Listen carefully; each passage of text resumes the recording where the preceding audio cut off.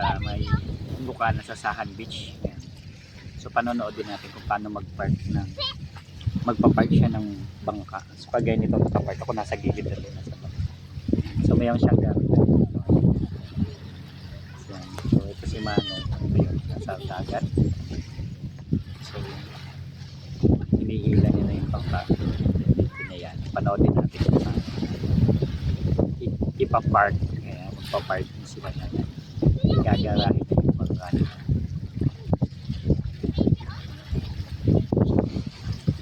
Tuloy-tuloy na ngayon anak ko tsaka si Alex. Ikalaro sila. So tingnan natin kung paano nila ipa-park.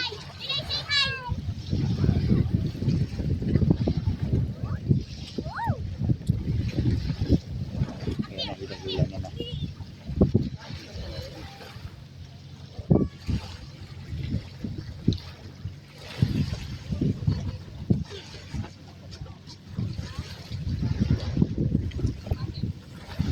Yan yung kanilang angkla.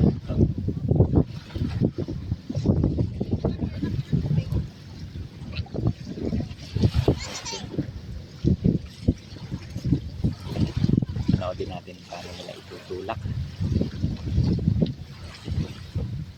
kanilang bangka.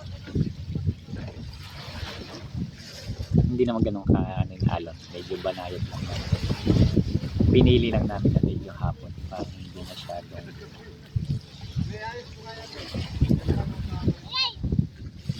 inayos na. Ayan, inayos na. Hindi nakahawakan sa mga pating at isasampan na din sa pangdila. Kasi mahalong doon siya sa huli ng west.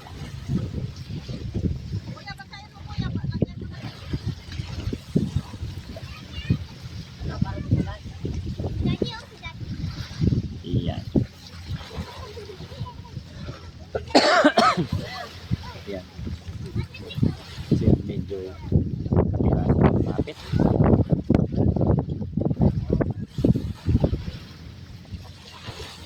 Alam ko usual mga 2-3 okay. Siyempre hindi siya pwedeng i-direct sa buhang.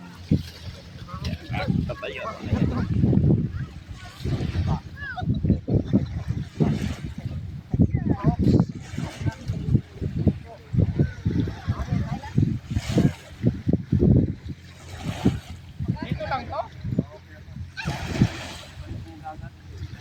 Dito lang sila pinag-cut.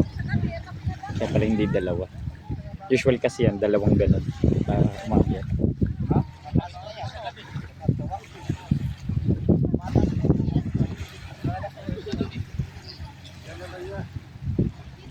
Kailangan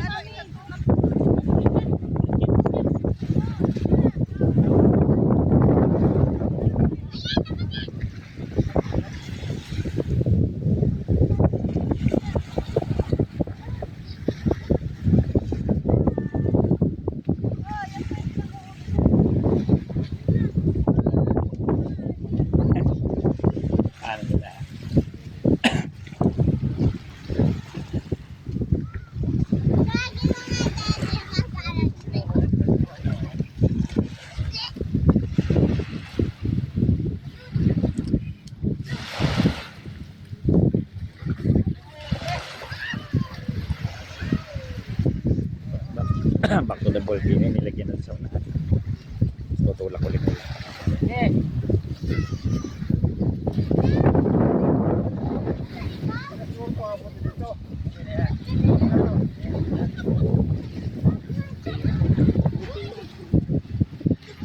Binuwat namin yan doon. Bigat.